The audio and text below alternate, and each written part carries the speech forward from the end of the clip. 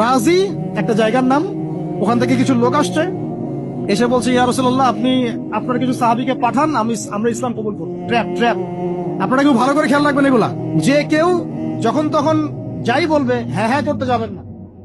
মানুষের কথার পিছনে, ওদের কাজের পিছনে উদ্দেশ্য বোঝার চেষ্টা করবেন। তো নবীজি 10 জনকে পাঠালেন, তারা দাওয়াত তো কবুল করেই নাই, হঠাৎ রাজি নামক জায়গায় তাদেরকে ঘিরে ফেললো। ঘিরে ফিরে 3 নিক্ষেপ করে 10 জন সাহাবী 7 জনকে শহীদ করে ফেলল। ট্র্যাপে ফেলছে, ট্র্যাপে। 3 জন সাহাবী যুদ্ধ চালিয়ে যাচ্ছেন, তার মধ্যে একজন হচ্ছেন খুবাইব রাদিয়াল্লাহু আনহু। কি নাম? নাম বলেন? খুবাইব রাদিয়াল্লাহু আনহু। খুবাইব রাদিয়াল্লাহু আনহুকে এক পর্যায়ে, মানে আর কতক্ষণ পারা যায়, 100 জন ঘিরে ফেলছে, আমরা 10 জন, 3 জন, 7 জন শহীদ হয়ে গেছে, 3 জন বাকি আছে, কতক্ষণ পারা যায়? তো তারা বললো যে তোমরা পাহাড় থেকে নেমে আসো, তোমাদেরকে ছেড়ে দিব। 3 জন মাশওয়ারা করছেন, না না নামা যাবেন, নামলে কিন্তু ওরা আমাকে ধরে ফেলবে। তারপরে বাধ্য হয়ে এক পর্যায়ে নামতে হয়েছে। নামার সাথে সাথেই একজনকে তারা মেরে ফেলছে, বাকি 2 জনকে তারা মক্কায় বিক্রি করে দিয়েছেন। ওই মক্কার 2 জনের মধ্যে একজন হচ্ছেন খুবাইব রাদিয়াল্লাহু আনহু। কি নাম? খুবাইব রাদিয়াল্লাহু আনহু। আরেকজনের নাম আসিম রাদিয়াল্লাহু আনহু। আসিম রাদিয়াল্লাহু আনহু। আসিম রাদিয়াল্লাহু আনহুকেও তারা হত্যা করেছে এবং তার লাশটাকে বিকৃত করার চেষ্টা করেছিল। কিন্তু আসিম রাদিয়াল্লাহু আনহু ওই সময় দোয়া করেছিলেন, আল্লাহ আমার লাশকে কোনো কাফেরের হাতে বিকৃত হতে তুমি দিও।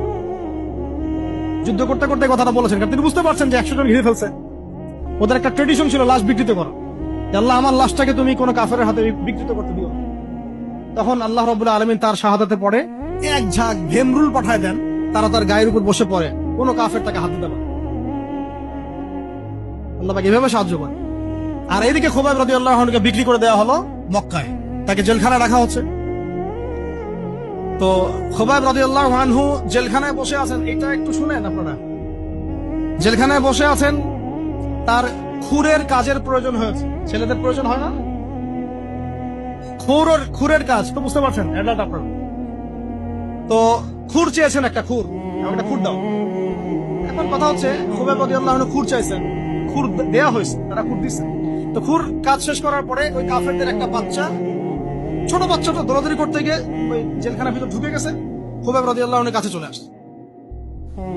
তো খুবাইব রাদিয়াল্লাহু আনহু কিন্তু পারতেন তাকে জিম্মি করে ওখান থেকে বের করে, তাই না? তিনি কোলে বসে আদর করতেছেন বাচ্চাকে, যার বাচ্চা সে তো আতঙ্কে, এইবার তো অবস্থা খারাপ, আমার বাচ্চাকে মেরে ফেলে তো সমস্যা হবে।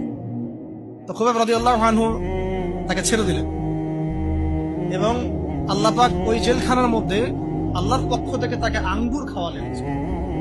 ওই সময় ওই আঙ্গুর কথা পাওয়া যাচ্ছে না, কিন্তু জেলখানায় তিনি বসে আঙ্গুর খাচ্ছেন। তো কাফেররা বলেছে নিজেরাই যে খুবাইবের চেয়ে শ্রেষ্ঠ কোনো বন্দী আমরা কখনো